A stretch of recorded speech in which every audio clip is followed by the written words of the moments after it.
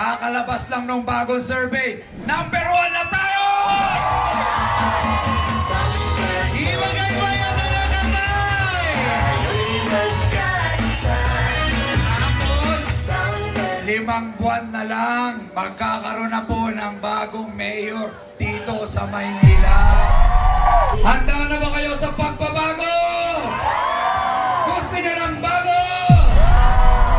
Gusto niyo tapusin na natin yung mga trapo? Kahit tatapusin na natin sila, nandito na ang pag-asa! Pagbabago!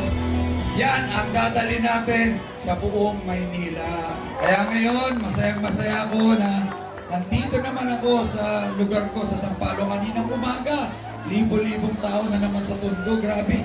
Distrito 1, Distrito 2. Ngayon, nandito tayo sa 4. Ganito na naman karami ang mga sumusuporta sa atin.